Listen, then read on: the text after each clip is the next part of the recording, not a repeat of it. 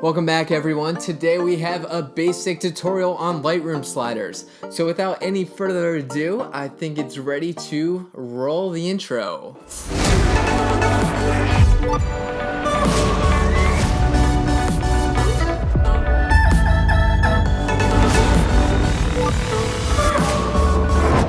Today's video is brought to you by a suggestion from John Yu, so shout out John Yu. If you have any suggestions for future videos, I'll make sure I get them done for you in the near future. Just leave them in the comments below. Everything I'm about to say about these sliders is not completely technically sound or formally the right way to talk about them, but it is the way that I learned how to use them, and the way I've really learned how to use them and get comfortable with them is by taking hundreds and thousands of photos and getting into Lightroom every single day and editing all day, all night, pretty much until my eyes bled. I spent so much time editing photos, so much time learning what each slider did and learning how to color each thing correctly, and this is just a very basic overview of how I use each one, kind of how I interpret each slider. So without any further ado and without me rambling on and on, let's get into Lightroom. Alright, so the first slider here that you notice is going to be our white balance. And white balance should be set pre-taking your photo. If you're shooting outdoors, 5600 is usually a good Kelvin to be at. Coming here, there's custom presets you can use, whether it's daylight, tungsten, fluorescent. I like to just go custom. Temperature, pretty self-explanatory, whether you want your photo to be warmer or cooler. Command Z is going to bring me back to where I was. Tint, you can make your photo more green or more magenta. And again, I'm going to go back to where I was by pressing Command Z. Next, we're going to come down here to tone. Tone is going to be our exposure and contrast. Exposure, again, should be set before taking your photo. Very important that you know your exposure to get a good looking photo. Mine was pretty spot on, so I only had to crease it by 0.3. Contrast is whether you want your image to be more flat or more contrasted, and what contrasted is there's going to be a larger difference between the blacks and the whites in your photos, so you can either make those blacks really dark or your whites really bright, or you can even them out by lowering your contrast. I'm gonna have mine right there in the middle because I like where it is. So highlights, shadows, whites, blacks are going to be a more in-depth control of what contrast is. Highlights and whites are going to be paired together, while shadows and blacks are going to be paired together. And the difference between highlights and whites and shadows and blacks: highlights and shadows are going to control the detail, while whites and blacks are going to control the tonality, or kind of the brightness levels of the darker and brighter areas of the image. So here I'm going to clear this and see how there's no details in these whiter portions of the image. I'm gonna lower my highlights, reveal some of that detail. Shadow, see how I'm losing some details in the face. I'm gonna bring my shadows up, and there they are. Whites and blacks, I'm gonna set these back to normal by clicking in the center of the slider, and as you can see, my whites are a little dull, so I'm gonna bring them up, make them pop a little more. My blacks are looking a little too dark, so I'm gonna bring them up to about there, and that looks good. Presence, clarity, vibrance, saturation.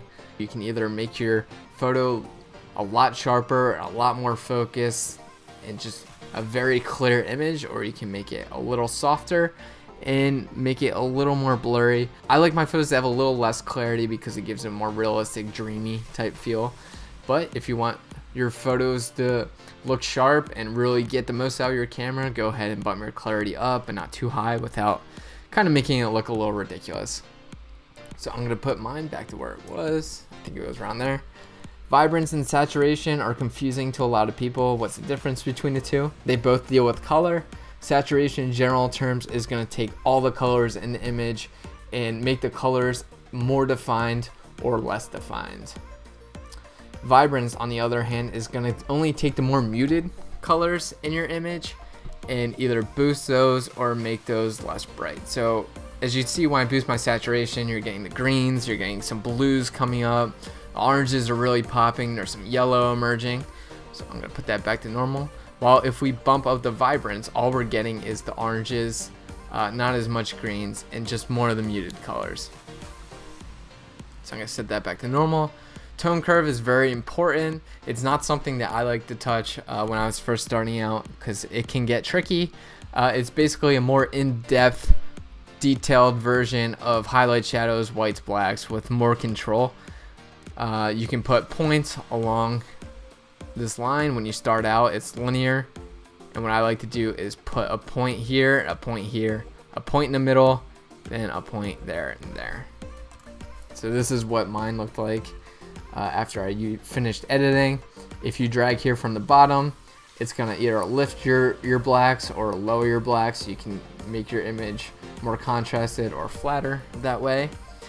And up here, you're going to be able to take down your highlights or boost your highlights, and everywhere in between your midtones, etc.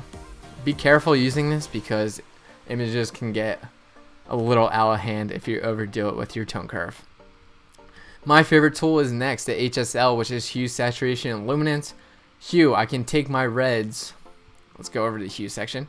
I can take my reds and make them more orange or more magenta. I take my oranges and make them more yellow, or I can make them more orange. I like where they were, a little less red but a little more yellow, and so on with all these. So make sure you play with the hues. Saturation, you can take individual colors and adjust for saturation.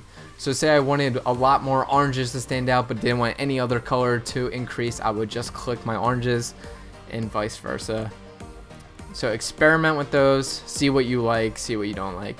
Luminance is the brightness of each individual color. So if I say I wanted my oranges to be super bright, so make sure you play with HSL. It's a very great tool, can really make your images come to life and make them more realistic or teeter them however you want. Split toning. Split toning is something I didn't really mess with at the beginning. It's still not something that I particularly like to use, but sometimes there will be something missing in my photo and I'll come here. I can add a color to the highlights, or I can add a color to the shadows. So as you can see here, I'll take away the coloring that I put in the shadows, and it's looking a little too magenta and a little too orange in the shadows for me, which is why I brought this over to teal, and I'm gonna add a little bit of that into my shadows. Let's go to 3, and there we go. That's kind of what those do. Or say I wanted purple randomly in the highlights, I could do that for an extreme case. Alright, so sharpening. Let's get this over a good part of the image. I can make my image look super sharp and it looks pretty unrealistic like that, or I can make my image softer, which I typically like to do. I kind of don't really put too much sharpening in my images. The only slider down here that I would touch other than the main sharpening is the masking. It allows me to make only the most focused areas in your image affected by the sharpening. So if I boost this all the way up to 100, only the very most focused part of this image, which is the bridge of his nose, was going to receive some of the sharpening. Noise reduction, not going to touch on that much. If you have if you're shooting in a dark area and you use a very high ISO and you have a lot of noise in your image, you would use this slider to kind of get rid of that noise, but in return it kind of loses a lot of the detail and makes your image look a little too cartoonish, so be careful using that. Chromatic aberration, I'm not going to touch on that a lot, but what it does is sometimes you'll get in parts of an image like this, you'll get like some discolorations, maybe some bright purples or blues around the edges of some objects in your focus, and removing that will get rid of it. There's not anything to really show for in this image. So profile corrections, click it, play with it. I'm not going to touch on it much. It kind of just gets rid of the natural distortion and the natural vignetting that your unique lens would kind of bring into the photo. I like it the way it is straight out my lens. Transform, I never really touch this, so I'm not going to go over it. Effects, vignetting, I will sometimes put a little baby vignette on my photos. There it is without, there it is with. Don't overdo it with vignetting. It's a quick, surefire way to make your images look pretty rookie. So just kind of keep it natural here.